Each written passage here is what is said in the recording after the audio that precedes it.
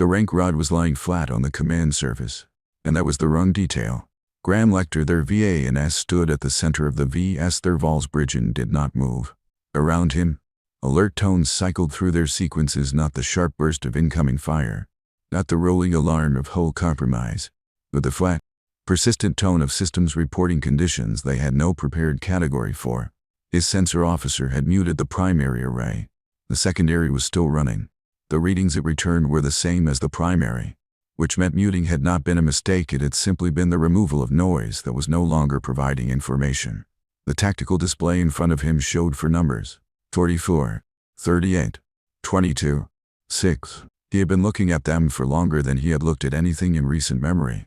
The display was updated every 30 seconds. He had watched it update twice. Both times, the numbers had stayed the same. On the broadcast screen, to his left, a human woman sat at a desk. She was holding a cup in both hands, the way a person holds something warm when they are not thinking about holding it. When the holding has become automatic, her expression carried no performance of calm. It simply was calm. The way a door is a door, not trying to be anything, not reinforcing anything, just present and functional, unwaiting. She had not spoken in 40 seconds. Neither had he. Stay with this one. What Earth built in 30 years. It spent 72 hours spending. You'll want to see the accounting. 11 days earlier. The smell hit first. Recycled Darren-doled coffee, the specific combination that lives in rooms with no windows, where the ventilation system has been running the same cycle for so long the coffee smell has stopped being a smell and started being a property of the air itself. The Contact Archives sublevel occupied the 4th floor underground in the Ministry of Contact building. It smelled, always, like this, like work that had been going on before you arrived and would continue after you left. Tal Ruan was on his 3rd overnight shift in a row when the first alert came through. He was 26 years old.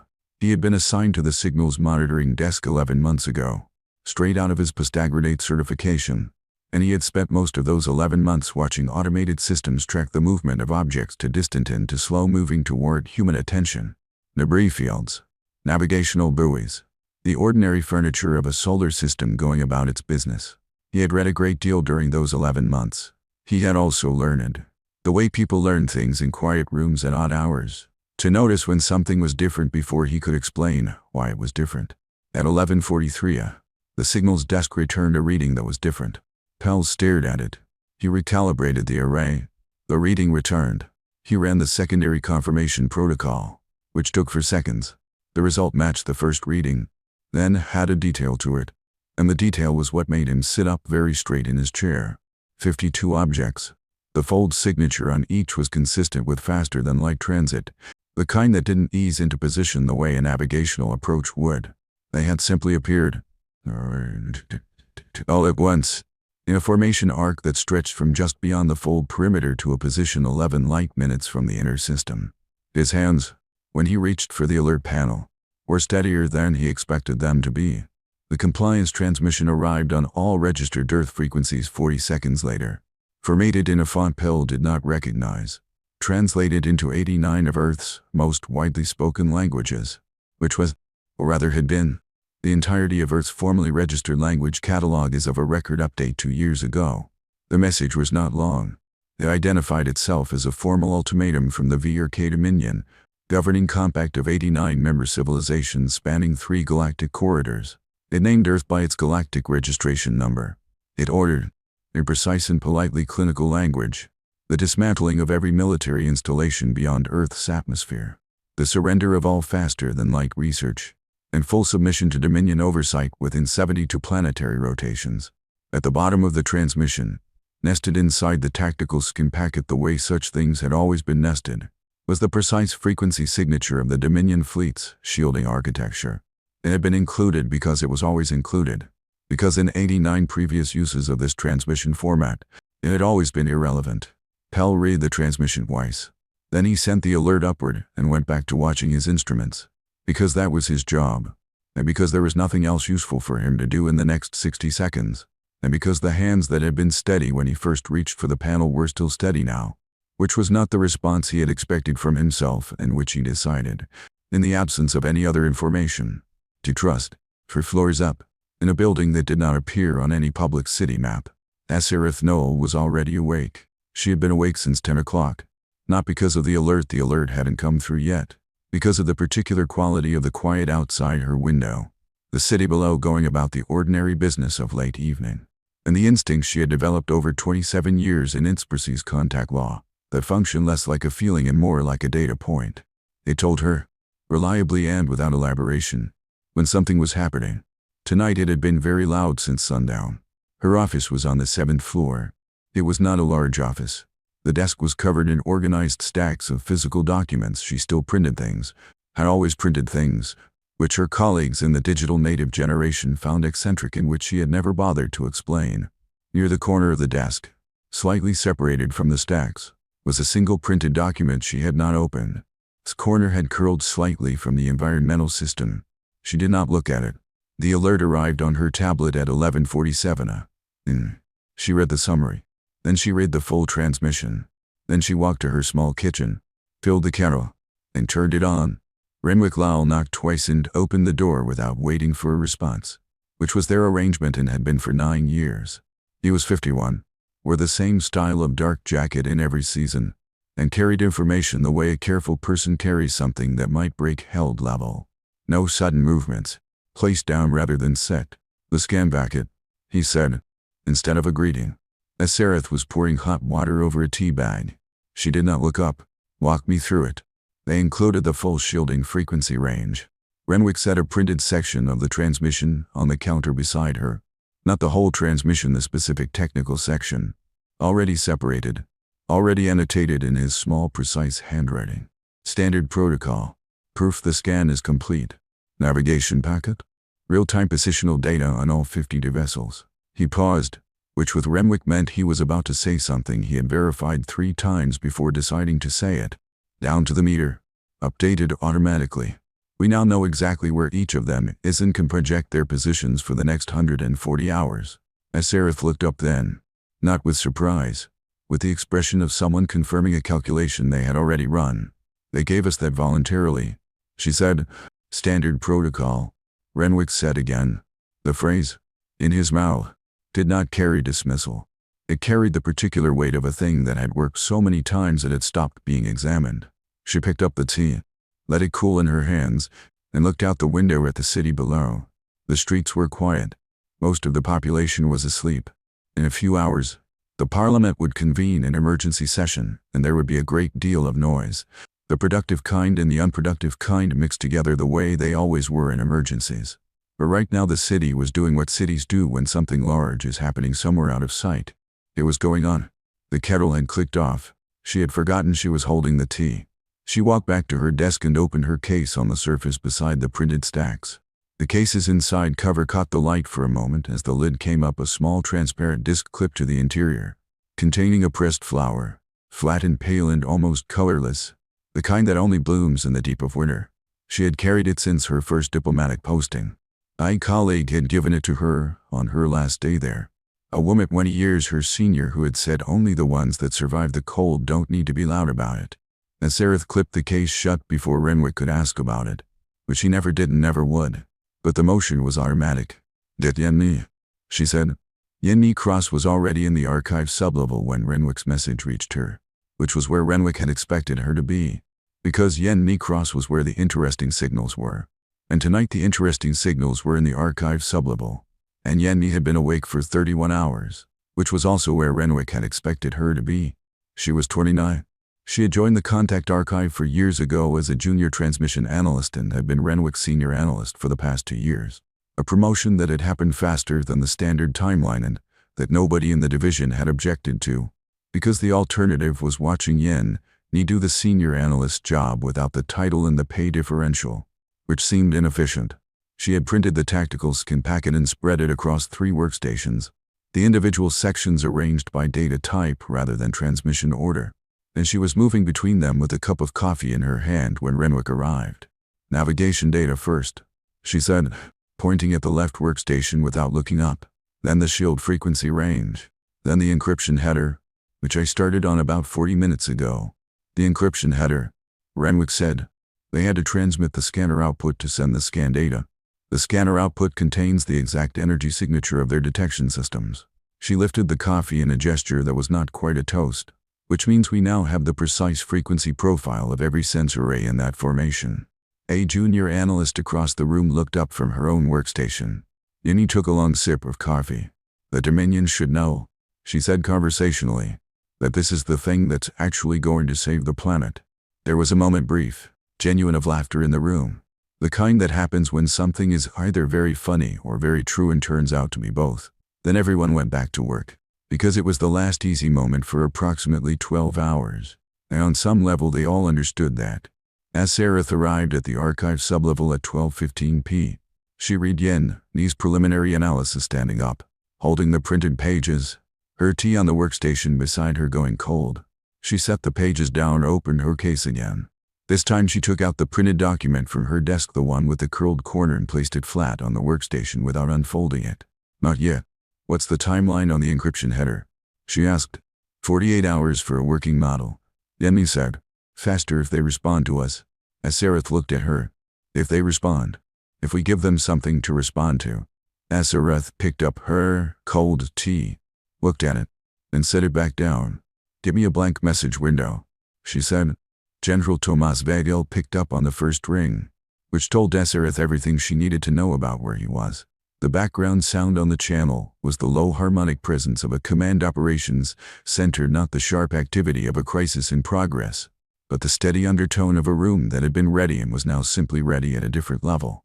I saw the transmission, he said, before she could speak. The yards, she said, already moving. I authorized it 6 minutes ago. She did not ask how he had known to authorize before she called. She already knew how he had known. Thomas V.L. had been running Unified Ground Command for 8 years. He had been working, before that, on the classified preparation framework for 11. He had stopped needing to be told what the first call would require approximately 4 years into the job. The realignment protocol, she said, filed as maintenance. We can begin incremental adjustments at 0600 without triggering passive monitoring. Pause. They are good. Discipline faster than light drop. Coordinated formation. 52 vessels in a precise arc. They have done this before. 23 times. Sareth said. Another pause. Shorter. We have been ready for 12 years. She ended the call and stood at her window for a moment. Her lounger. The city moved in the ordinary way cities move at this hour. Delivery vehicle. A few lit windows. The distant sound of something mechanical doing its job. She turned back to her desk and opened the blank message window and began to type. She typed for 9 minutes. She reread what she had written. She changed one word, fortunate, to grateful, a distinction that mattered in formal register and that anyone parsing the message for subtext would note. Then she added the subject line. Flowers. The message read, on behalf of the United Earth Parliament, we extend our sincere gratitude to the VRK Dominion for their thorough and informative transmission. We look forward to further dialogue at your earliest convenience. It was signed by Sareth Noel, Minister of Contact, Earth. She pressed send at 3:47 a.m. Renwick, reading the sent confirmation over her shoulder, said nothing for 3 full seconds. Then the subject line. They will read the message first, Sareth said. By the time they read the subject line, they will have already decided what kind of response this is. And what kind of response is it? Sareth picked up her cold tea and finally took a sip. She did not grimace. The kind, she said, that requires them to respond. The Flowers transmission left Earth's communications array at 3:47 a.m. Since she then reached the VS Therval at 3:50 a.m. 11 minutes and 13 seconds later, traveling at the speed of light across the quiet dark between them. On the bridge of the VS Therval, Fleet Coordinator Breth received it first. He read it twice, then walked it to the Grand Lector. Their VANS read it once. He set it down on the common surface with the careful deliberateness of someone who was not sure, quite yet, what he was looking at. He was a large figure, 2.3 meters, 6-limbed, his skin a deep and layered gray that his officers had learned, over years of service, to watch at the jaw and neck, where stress shifted the color toward pale ochre. His 3 eyes were arranged vertically. The uppermost one was half-lidded, as it always was, an expression of perpetual assessment that he had worn for so long it had become simply his face. He had delivered the standard compliance demand of 23 civilizations. 14 had surrendered before the deadline. 8 had attempted resistance of various kinds and had been, in the formal language of the Dominion's expansion records, corrected. or had gone silent and been left alone, which the Dominion considered a satisfactory outcome. Not one of them had ever replied with flowers. Cultural translation error, said Breth, with the particular confidence of someone who prefers simple explanations because simple explanations have historically been sufficient. The concept of a formal ultimatum may not carry equivalent weight in human communication structures. They may not fully understand what they received. The message had been sent in 89 languages. Their VA looked at the number in the transmission header. He did not say this aloud. "A bluff," said another officer. "False scum. They are attempting to project composure to avoid appearing weak." At the rear of the bridge, Advisor Shravi THU1 had not spoken. She was reading something on her personal screen, not the message itself, but the technical header information surrounding it, the transmission metadata, the layers beneath the visible text. She had been reading it since the message arrived. The longer she read, the more still she became. "Pull the full Earth Historical Archive," she said, quietly enough that their VA had to turn toward her to be certain he had heard correctly. "The full archive," he said. "Everything cataloged. From the beginning." She did not look up from her screen. "Flag nothing. Pull everything." Their VA looked at her for a moment. In 90 years of working alongside her, he had learned that when Shravi THU1 asked for everything, she had already found something in the part she had been given. He nodded to the data officer. The archive request went through. The data officer reported that it would take time to compile. Shravi THU1 said she knew. In the contact archive sublevel, Yenny Cross was on her 4th coffee and her 7th translation pass of the Dominion's encryption header when she sent Esareth a message at 6 a.m. The message contained 4 lines of technical analysis and 1 sentence at the end that read, "I want to send them a follow-up question." Bureaucratic, dry, the kind of thing a compliant civilization sends while preparing its surrender terms. "It is not that." "Can I?" Sareth replied, "Yes." Yenny drafted a polite follow-up inquiry requesting clarification on the Dominion Charter's formal protocols for initiating in-species dialogue. It was exactly as dry as she had promised.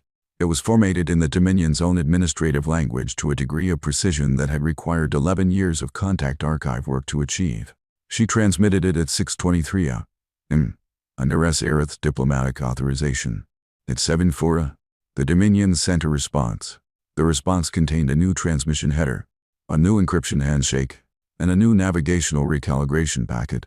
Because the Dominion's communication protocol automatically included navigational data in all outgoing transmissions, because this had always been irrelevant, Yenny added the new data to her working model, sent a second follow-up question at 7:41 got a response at 8:09 She looked at the ceiling for a moment. Then she looked at Renwick, who was at the adjacent workstation reading the second response header. "Every time they try to understand us," she said, "they hand us another piece of what we need." Renwick studied the header without responding for approximately 12 seconds. This was, for Renwick, an expression of considerable surprise. "How far along is the encryption model?" he asked. "At this rate?" She looked at her screen. 36 hours. Faster if they keep responding." She sent a third follow-up question at 9:15 across the city, in a long building on the edge of the spaceport district that appeared in public records as an inactive survey infrastructure maintenance depot.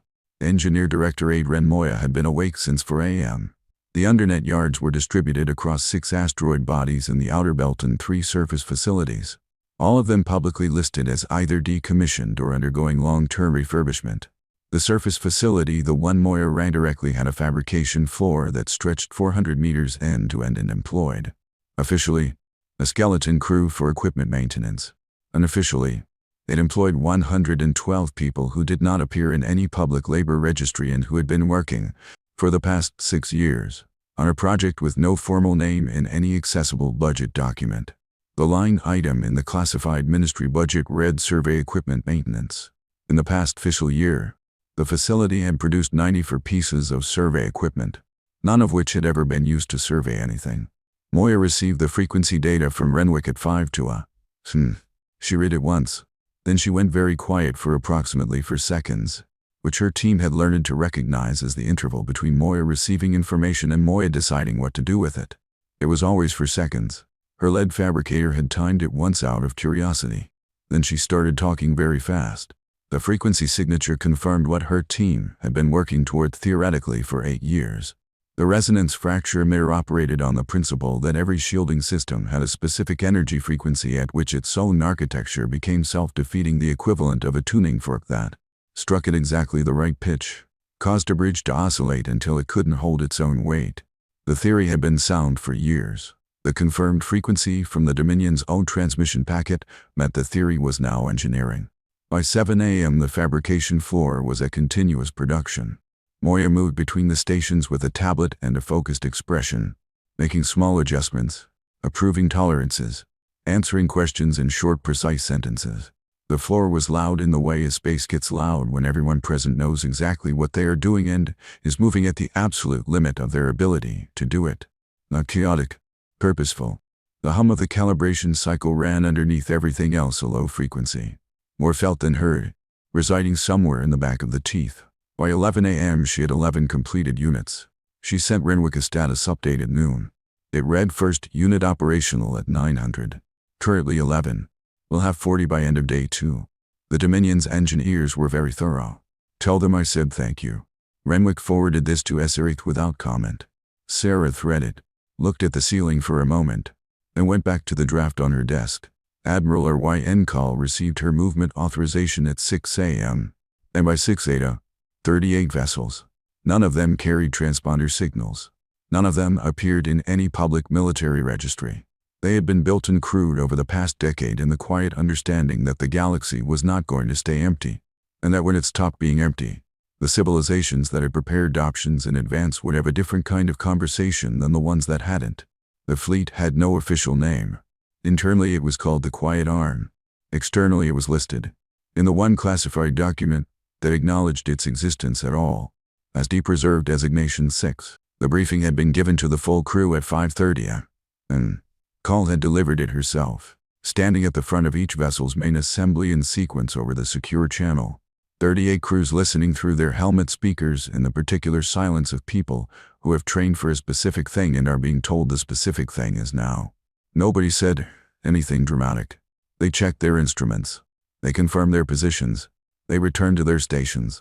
Call walked the length of her bridge once after the briefings were done, stopped at the forward viewport, and looked at the space ahead.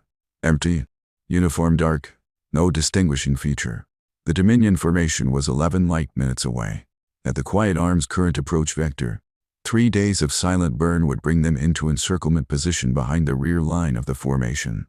Close enough that by the time passive monitoring would have any chance of detecting them, they would already be where they needed to be. She had trained for this specific approach for 3 years.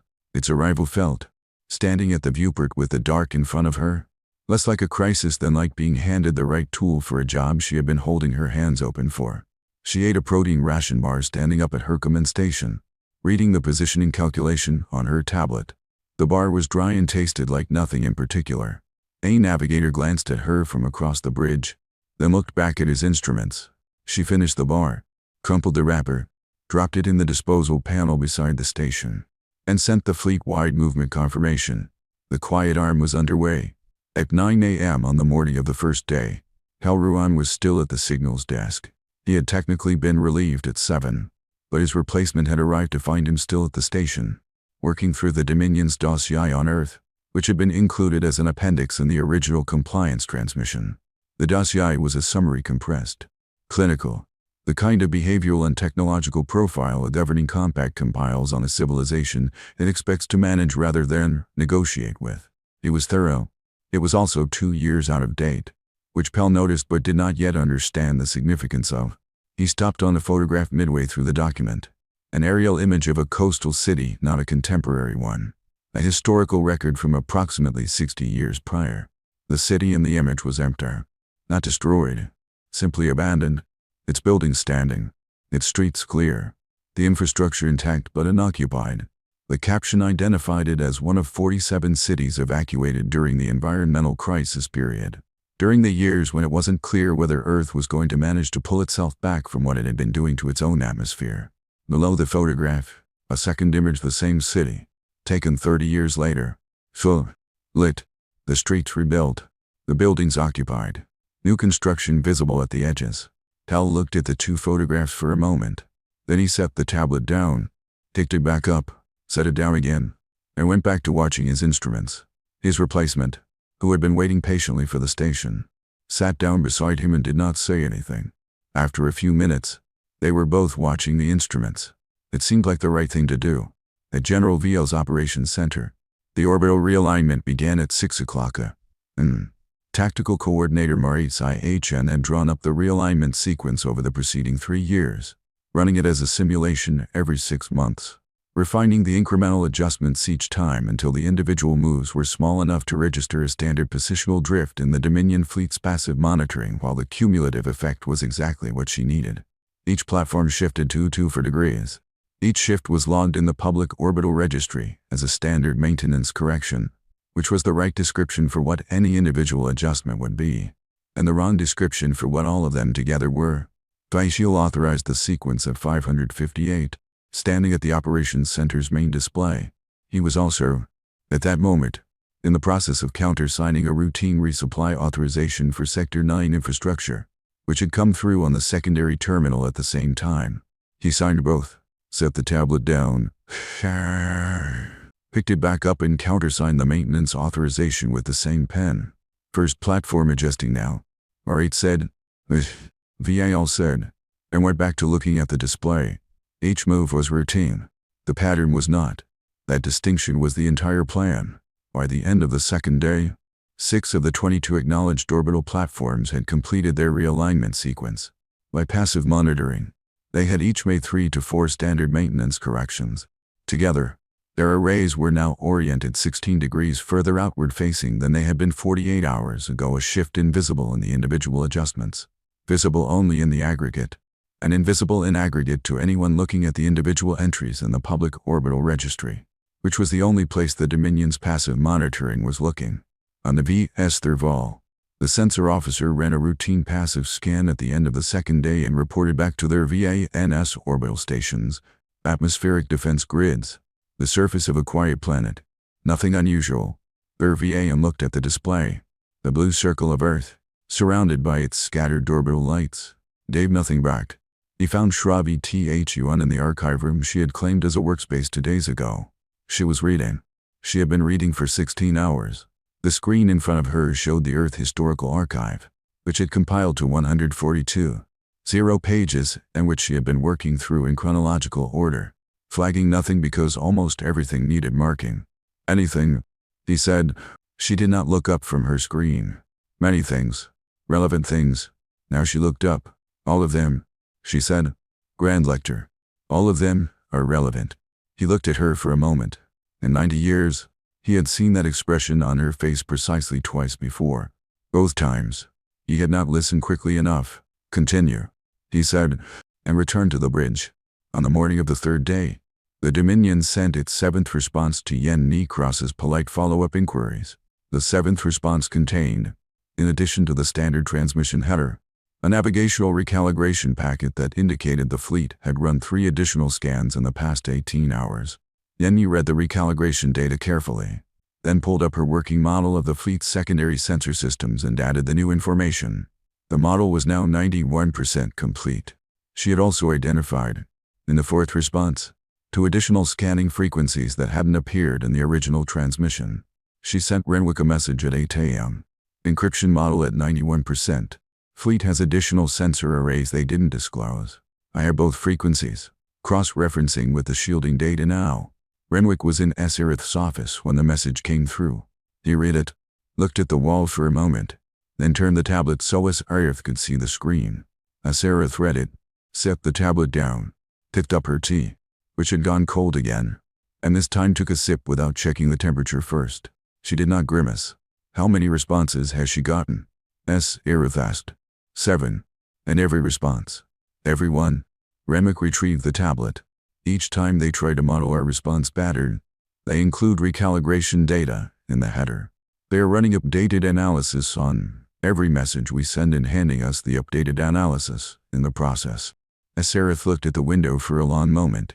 She stopped being surprised by this around the 5th response. She said, she mentioned that, yes, on the operations center display across the city, 12 orbital platforms had now completed their realignment sequence. VAL sent Asarith a 1-line update halfway. No alerts. 30 hours remaining. Sareth forwarded Moya's latest count to the same thread without comment. Moya was currently at 53 units and had identified a faster assembly sequence that she expected would bring the total to 68 before the deadline. She had sent a secondary note asking whether she should exceed 68, and if so, by how much, and on what basis she should make that decision. Sareth replied, "Build what the math says to build." Then she went to the kitchen, filled the kettle, and waited for it to boil. The deadline was 31 hours away. On the Vessis Thurval, Shravi Thu unwit to find their VANS at 400 ship time, which was the first time in 40 years of working alongside him that she had sought him out at that hour. He was on the bridge. He was almost always on the bridge. She had been in the archive room for most of 3 days, reading. She had read about the wars Earth had survived and the people who had ended them, about the famines, engineers who had solved them, about the atmospheric crisis and the 40 years of argument and adjustment and grinding incremental work that had begun, slowly, to reverse it. She had read the technical logs of Earth First Faster Than Light test flight, conducted 9 years ago, which the Dominion had flagged as a concern and had not acted on quickly enough because the following year's observation data had shown no visible acceleration in development. The following year's observation data had been wrong. She had also read, in the behavioral analysis section, a report filed 12 years ago by a Dominion's psychologist who had spent 3 years studying human communication patterns. The psychologist had submitted the report in a section marked low priority, which was where it had remained, unread by anyone at the decision-making level. For 12 years, the report described something the psychologist had labeled threat-converted motivation. The observed pattern was this: when confronted with an existential threat, most catalog species experienced a biological compliance response and instinct toward accommodation, toward making the threat stop. The humans the psychologist had studied showed a different response entirely. The greater the danger, the more focused the behavior, the more efficient, the more inventive. The threat didn't trigger compliance, it triggered acceleration. The psychologist had considered this finding worth noting. Nobody above them in the reporting chain had agreed. Shravi Thu unfound their vey, and on the bridge looking at the Earth display, the small blue circle surrounded by its orbital lights. He looked satisfied. He had delivered this demand 23 times. He had no practiced reason to expect this time to be different. She showed him the report. She showed him the acceleration curve on Earth's technological development, which had not grown steadily over the past decade. It had grown at an increasing rate, the last 5 years alone exceeding the 20 before them. She showed him the Flowers transmission header. She showed him that it had been sent in 89 languages, 11 minutes after the original transmission arrived. She showed him that someone in that building, at nearly 4 in the morning, had taken the time to choose a subject line. We transmitted a full tactical scan the compliance demand, she said. Shield frequencies, weapon output signatures, navigation data. We transmitted it because we always transmit it, because the target has always been too afraid to use it. She set the reader down on the command surface in front of him. He looked at it for a long time. "Pull a deep scan," he said to the sensor officer. "Everything we can reach." The sensor officer ran the scan. It returned the standard data: orbital stations, atmospheric defense grids, the surface of a quiet planet. No unusual readings. Nothing unusual, the sensor officer reported. Shravi Thu looked at the display. The blue circle, quiet and apparently unconcerned. "That her," she said, "is the problem." Their VANS looked at the display, then looked at the reader, then looked at the display again. The silence on the bridge had a specific quality. Not the silence of a room waiting for orders. The silence of a room in the process of revising something it had considered settled. 10 hours remained until the deadline. 10 hours before the deadline, Shravi Thu undid something she had not done in 4 decades of service aboard the VS Thurval. She went back to their VANS a second time. He was still on the bridge when she found him, standing at the same display, looking at the same blue circle. She had spent the intervening hours reading the final sections of the behavioral analysis, the ones the xenopsychologist had labeled supplementary and which were, in her assessment, the most important pages in the entire 142-0-page archive. She had also found, in a footnote the psychologist had apparently not considered worth elevating into the main text, a single observation about human institutions, specifically, about what human institutions did differently from every other catalog species during the period immediately following an existential threat. They built things, not defensive things, structural things, frameworks, agreements, systems designed to prevent the specific threat from recurring, extended outward to cover not just themselves but anyone else the threat might reach next. Every single time, she set the reader in front of their VA and pointed to the footnote. He read it. He read it a second time.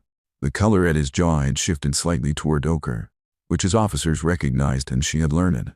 Over 90 years, to notice before they did.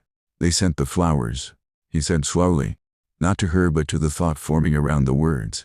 11 minutes after the transmission arrived, she said, at nearly 4 in the morning. He was quiet for a long moment. Below on his display, the blue circle offered nothing.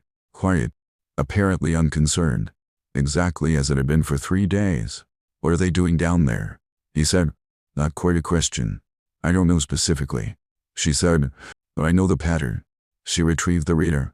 And the pattern says they are building something with every hour we give them. In the contact archive sublevel, Yenny Cross had not slept. She did not appear to find this unusual. She had sent her 8th follow-up inquiry to the Dominion fleet at 11 p.m., her 9th at 1 a.m., and had received responses to both within 40 minutes each time. The 9th response had pushed her encryption model to 97% complete, which she knew because she checked it every 40 minutes and had been doing so since the previous afternoon. The 3% gap was a specific cluster of header variants she hadn't yet seen in full, and she was reasonably confident the Dominion would supply the remaining variants within the next few responses because they were recalibrated their scanning array with each transmission, and the recalibration cycle followed a predictable rotation. She was right. The 10th response arrived at 2:14 a.m. Eamon closed the gap entirely. She stared at the completed model for approximately 8 seconds. Then she opened a new analysis window and began feeding the Crypt Dominion fleet communications through it. These were the internal transmissions, vessel to vessel, the ones that had been arriving as encoded noise on Earth's monitoring arrays since the fleet materialized. They were noise no longer. She printed the first decrypt exchange at 3 a.m. and read it twice. Then she walked upstairs. Aerith was asleep on the narrow sofa near the window of her office, her jacket over her shoulders, the printed document from her desk sitting open in her hand. Yenny looked at the document for a moment before waking her. It was not intelligence material. It was a draft. 11 lines. She could read 3 of them from where she stood. The heading at the top was today's date, except it wasn't today's date. It was 11 days ago.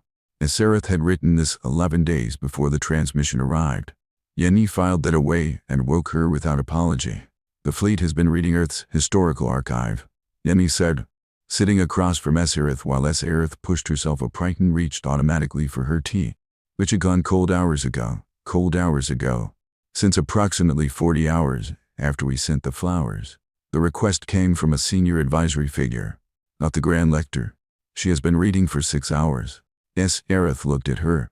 All of it. Priority flagged. The request bypassed the standard data officer protocol, which means she went directly to the archive access system herself. Yenny set the printed decrypts on the sofa between them. There are also 3 internal communications between senior officers that indicate significant uncertainty about the mission's current status. One of them used the phrase, "We did not model this correctly," which the translation system flags as high register, not casual. That is a serious admission in Dominion fleet communication culture. Aerith looked at the decrypts without picking them up. The advisor, the one reading the archive. She has gone quiet on her personal channel in the past 4 hours. No transmissions. Sakrath was still for a moment. Then she stood, walked to the kitchen, and turned the kettle on. Yenny waited. The kettle boiled. Aerith poured water over a tea bag, carried it back, and sat down. If she is not transmitting, Aerith said, she has already drawn a conclusion and is deciding what to do with it. That was my read, Yenny said, which means someone on that fleet has read enough of our history to understand what the past 72 hours actually look like. Aerith picked up the tea and held it in both hands, and is trying to decide whether to make the Grand Lector understand it before the deadline arrives. Outside, the city was beginning its ordinary fare and activity. A delivery vehicle, a light turning on in a building across the street. Aerith looked at it for a moment. Keep going, she said to Yenny. Everything may send. Everything. At 6 a.m., 7 hours before the deadline, Adrienne Moya sent her final count. 68 units completed. All tested. All reading clean on integration diagnostics. She had identified a calibration variance on units 41 through 43 during the third overnight test cycle and had corrected it by 4 a.m. 3 units in the secondary batch had a residual variance she was still watching, but it was within tolerance and she expected it to resolve during the warm-up cycle. She had not flagged this to anyone yet because it was within tolerance and she did not report things that were within tolerance as though they were not. The 68 units had been integrated into Earth's orbital platforms in the acknowledged fleet over the previous 18 hours, fitted into the communication arrays of each vessel and platform so they could be activated from a single coordinated signal. Moya had tested the integration 4 times. Each test had returned a clean result. 68 emitters, 52 ships. The math said build what the math says to build. She sent Renwick the count. Renwick forwarded it to Esarith with one line appended. VAL confirms all 22 platforms realigned. Call confirms quiet arm in final approach position. Arrival window confirmed 4T-2 hours. Esarith read the message at the desk. Standing up, she had not sat down since Yen Ni's 3 a.m. visit. She was on her 4th tea of the morning and this one was still warm, which meant she was drinking it while thinking rather than instead of thinking, which Renwick, had he been present, would have noted. She unfolded the printed document from her desk. She read it through once, from the beginning. 11 lines. She had written it 11 days ago, before the transmission arrived, when the instinct that she had learned it over 27 years to treat as data had been very loud. And she had sat down at her desk at midnight and drafted what she would say if the call ever came. She changed one word in the 7th line. Then she folded it and put it in her case, clipped the case shut, and went downstairs to the operations center on the 2nd floor. VAL was already there. The operations center was the quietest loud room Esarith had ever spent time in. The displays covered 3 walls. Every orbital platform was tracked in real time. The green indicator of each platform's primary array now fully outward-facing. 22 points of light arranged in the specific configuration that Mauritius I-Chen had been calculating and recalculating for 3 years. On the secondary display, the Dominion formation showed all 52 vessels in their holding arc at the fold perimeter. Their positions updated every 30 seconds from the navigational data the fleet had been providing in each successive response to Yen Ni's polite inquiries. The quiet arm did not appear on any display. It would not appear on any display until her Hawaiian call decided it should. Mauritius IHN was at her station. She looked up when Esarith entered, gave a small nod to her, and went back to her display. She had been at that station for 19 hours. 70 minutes, VAL said, without turning from the main display. Sareth looked at the Dominion formation. 52 points of light, holding their arc, waiting. They had been waiting for 71 hours and 50 minutes for the panic that had not arrived. They had received, instead, 10 politely worded administrative inquiries and a subject line about flowers, and had spent 3 days answering the inquiries and providing, in each answer, more information than the previous one. When the call connects, Esarith said, nothing from this room. Understood. VAL said, the platforms do not move. The arm does not move. Nothing moves unless I ask for it, or unless the Dominion takes an offensive action. Understood. VAL said again. His voice had the quality of a man who has said yes to a plan long enough that saying yes has become redundant. The plan was the plan. It had been the plan for 3 years. Esarith looked at the display for one more moment. Then she went back upstairs to her office, sat at her desk, opened her case, and took out the printed document. The deadline was 68 minutes away. She sat at her desk and did nothing for approximately 4 minutes. Or rather, she looked at the wall across from her. The wall held one framed photograph, the only decoration in the office, an aerial image of a coastal city, taken from a research satellite. The city full and lit and going about its business on an ordinary day. She had put it there 7 years ago when she took this position. And she looked at it sometimes when she was thinking. And she was thinking now. Then she filled the kettle. She stood in the small kitchen and waited for it to boil. The window above the counter showed the city beginning its morning. Ordinary light across ordinary rooftops. People who had gone to sleep last night and woken up this morning without knowing that somewhere at the edge of the solar system a fleet had been waiting for them to come apart. She poured the water, let the tea steep, carried the cup back to her desk and set it beside the keyboard. She opened the broadcast channel. The connection request reached the VS Thurval 11 minutes and 9 seconds later. On the bridge of the VS Thurval, the deadline counter reached 0 at the same moment the incoming transmission request arrived. Their VA&S accepted it. The screen resolved to show a human at a desk. Sereth Noel, Earth's Minister of Contact, 27 years in Insprecies Law, formerly a deep archive linguist, described in the behavioral analysis section of the Earth dossier as someone whose professional colleagues characterized as either admirable or unsettling depending on how well they knew her. She was holding a cup in both hands. She looked, Thurvian noted, like someone who had been awake for a considerable time and for whom this fact was simply not relevant. Grand Lector, she said, good morning. We wanted you to know we haven't forgotten about you. Thurvian opened his mouth.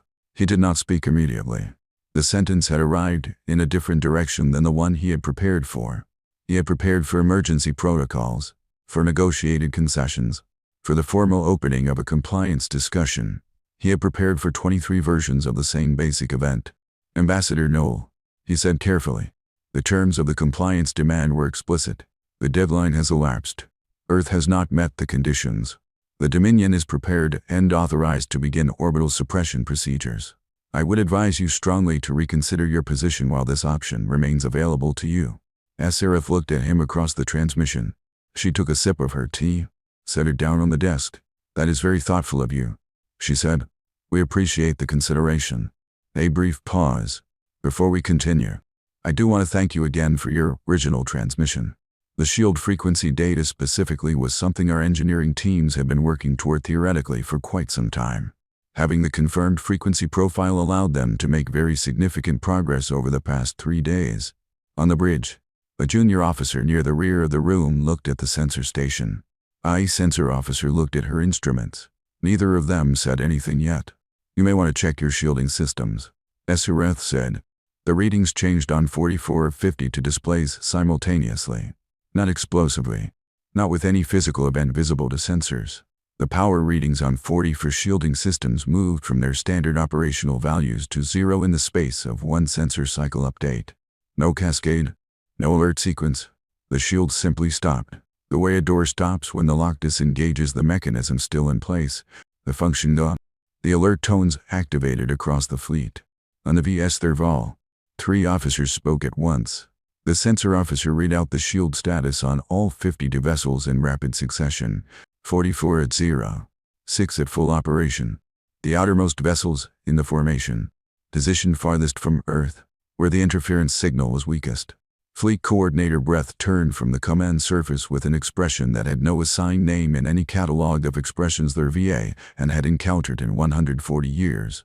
Then the outer arc of the formation registered new contacts, 38 of them, behind the fleet's rear line, appearing the way things appear when they have been there for some time and have simply stopped declining to be seen. No announcement, no broadcast. They were simply present in the specific geometry of a position that had been calculated. Their VA understood in the moment he looked at the tactical overlay, over a very long time by someone who had been very patient. Each vessel's primary systems were aimed inward. Nothing had fired. Nothing was moving. The geometry was the statement. The sensor officer muted the alert tones, because the alert tones were no longer providing information that was not already visible on the display. Their VA&S looked at the tactical readout for a long time. 44, 38, 22, 6. He ran the numbers. The numbers described a formation enclosed on 3 axes by a targeting solution it had itself provided, facing a shielding interference it had itself enabled, from a fleet it had never known existed. 6 ships with functional shields at the outer edge were not a resource. They were a remainder. The math did not change when he included them. He ran the numbers a second time. They said the same things. He had delivered the compliance demand to 23 civilizations. In 140 years of service, he had never stood in a room where the numbers ran this way. He had, it occurred to him now, also never stood in a room where the target had replied with flowers. He thought about Breath's explanation on the first day. Cultural translation error. They may not fully understand what they received. They had sent it in 89 languages. At the rear of the bridge, Shravid Huan was standing very still. She had been standing there since the shield readings changed. She was not looking at the display. She was looking at him. He had known her for 90 years, and he knew what her stillness meant. It meant she had seen this outcome before he reached it. It meant she had tried to tell him. It meant now we are here, and here is where we go next. He looked at the planet on his display, small and blue, surrounded by 22 orbital platforms that had spent 21 hours making routine maintenance corrections. Each one logged, each one unremarkable, each one 2 degrees in the direction that had mattered. He had looked at that planet for 72 hours and seen a civilization frozen in place by fear. He had been looking at an old photograph of a river. The rank rod was in his primary right hand. He had held it throughout every formal proceeding in his career.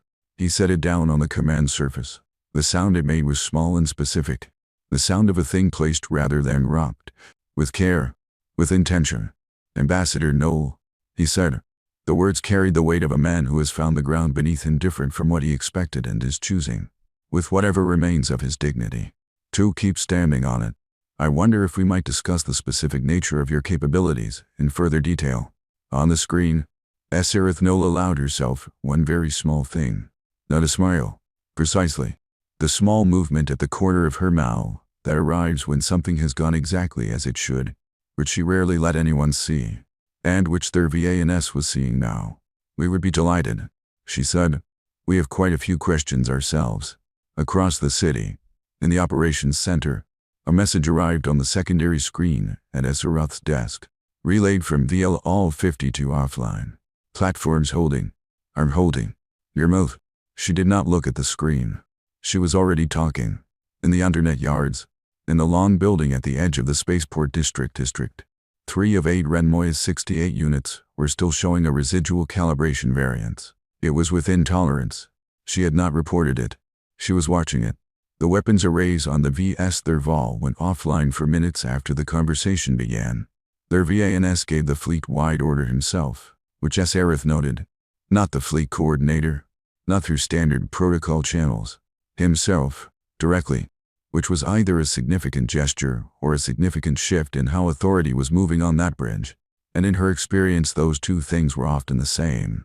Admiral Orwyan Call received the confirmation in her quiet armcom and seat 6 minutes later. The Dominion formation had gone to full passive status. All 52 weapons arrays dark. Call looked at the confirmation for a moment. Then she looked at the Dominion formation visible through the forward viewport, still holding its arc. 52 points of light that had arrived intending something specific and were now waiting to be told what happened next. She had trained for this approach for 3 years. She ate the second protein ration bar of the day. Standing at the viewport. "Hold position," she said to the navigation officer. "Maintain readiness status." She had been awake for 31 hours. She did not sit down yet. There was protocol to observe. Confirmation sequences to run. A standard holding period before any movement that she was not going to abbreviate regardless of how certain she was about the outcome. She had always observed standard protocol. She intended to note in the formal review that her crew had done the same. The confirmation from Aerith's office arrived 40 minutes later. The Dominion fleet had agreed to enter preliminary discussions. A neutral site would be arranged. Call read the message. Turn to the navigation officer. "Hold position. Maintain readiness status," she said again. Then she went to her chair, sat down, and for the first time in 4 days took a breath that was not measured against a clock. The neutral site was Ardmore Station. Aerith had suggested it. Specifically, she had suggested it because of the windows, one per conference room, each positioned to show open space rather than either party's ships. A choice she had made when the station was repurposed for diplomatic use 8 years ago for exactly this reason. In any negotiation, what the room's windows faced was a statement. These windows said there is space out there, and it is larger than both of us, and we are both looking at the same part of it. The station smelled of recycled air and old coffee.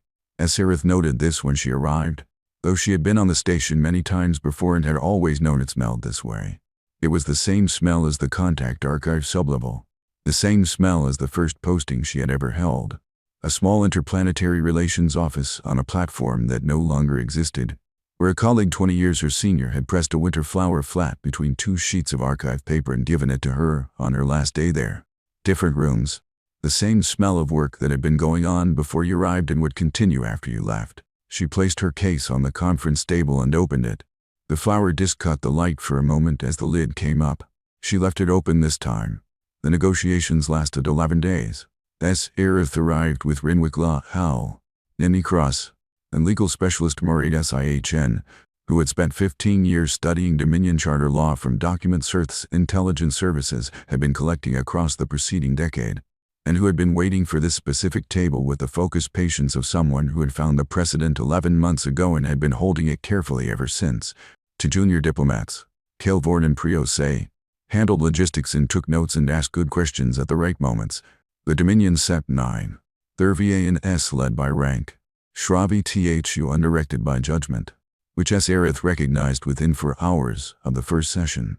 She recognized it because Shra asked better questions, listened more carefully, and had clearly read the archive in full, which meant she and S. Aerith were operating with the same information set, oriented toward different outcomes, and both understood this without needing to say so. The first 3 days were framework. The Dominion's protocol required formal acknowledgement of its governing authority before substantive discussion could begin. S. Aerith agreed to this, and then spent the following 4 hours with Morait and Yenni working through the precise legal language of the acknowledgement until they had a version the Dominion considered fully sufficient and which, on close reading, committed Earth to nothing it was not already bound by under existing interstellar communications law. Yenni, at the end of that session, said it was the most satisfying afternoon of her career. Morait did not disagree.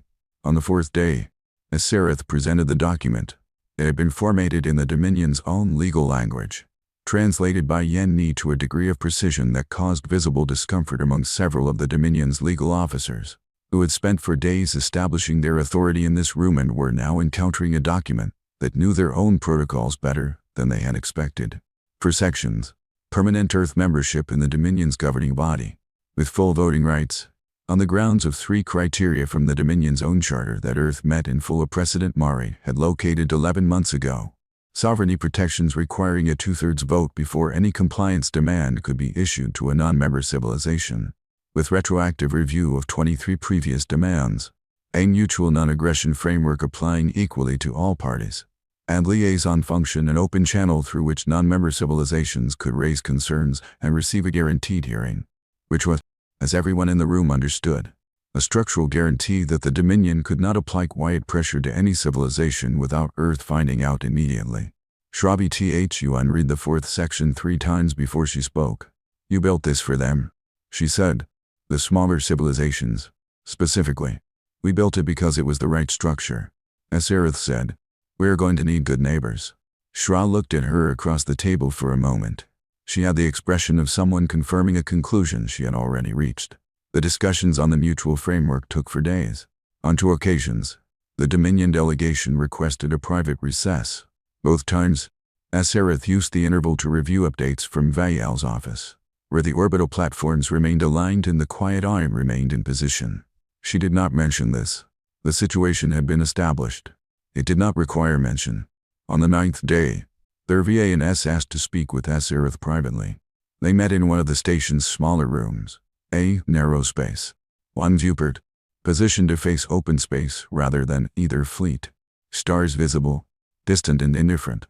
Their VA Ann was quieter than he had been at the start of the negotiations. There was something different in the way he occupied the room, not smaller, not defeated, but recalibrated, the way a large structure settles after something shifts in its foundation. I want to understand something, he said, outside the formal record. Go ahead, as Aerith said, when you received the compliance demand. He paused. When you read it for the first time, were you afraid? As Aerith considered the question as it deserved to be considered. Yes, she said. Of course, 52 warships at the edge of the inner system is a frightening thing. But you sent flowers. We were afraid, she said. We were also immediately working on the problem. Those were never separate processes for us. Fear doesn't stop our work. She looked at the stars through the viewport. It funds it. Their VA, and was quiet for a moment. I didn't read all of it, he said. The archive. Shrut right to tell me. Aerith looked at him. You are listening now, she said. That is worth something. They returned to the formal session. On the 11th day, the charter was signed. No ceremony. As Aerith had specifically requested no ceremony, on the grounds that ceremony gave people time to reconsider. Each section was signed in sequence. Their VA and S signed for the Dominion. S. Aerith signed for Earth. Shraviti HU unwitnessed for the Dominion side. Morait SIH and witnessed for Earth, setting her pen down after her signature with the specific deliberateness of someone completing a task she has been preparing for 11 months. Aserith collected her copy and placed it in her case. The flower disc sat in the inside cover, pale and flat and quiet against the dark lining. She touched it once, briefly, then clipped the case shut. The room began its careful exhale. Shravit H.U.N. walked around the table and stood beside her. The liaison function, Shra said quietly. You built it before you needed it. We build things before we need them. Aserith said. It's a habit. Shra looked at her for a moment. You are a strange species, she said. Alarming in several ways. We have heard that before. Aserith said. Nikros, passing behind them on her way to the coffee station, said without looking up, usually from people who looked at an old photograph and thought they knew where the river was. Shravithu did not quite smile, but the expression that crossed her face in the 2 seconds before she controlled it was close enough. The day after the signing, Adren Moya published the complete resonance fracture emitter specifications to the full galactic broadcast band, every frequency Earth used for communication, addressed to the general interstellar broadcast network, available to any civilization with a receiver. Full construction specifications, material requirements, calibration protocols, no restrictions, no cost. Renwick, in his office, read the publication confirmation and sent Moya a one-line message confirm Aserith approved this. Moya replied 4 minutes later. She wrote the transmission header. The specifications reached the outer systems within 72 hours of the broadcast. 18 civilizations that had previously received Dominion compliance demands accessed the documentation within the first week. 3 of them, within a month, contacted Earth's new liaison function directly. The first contact came from the Quellin. Nikros handled it personally.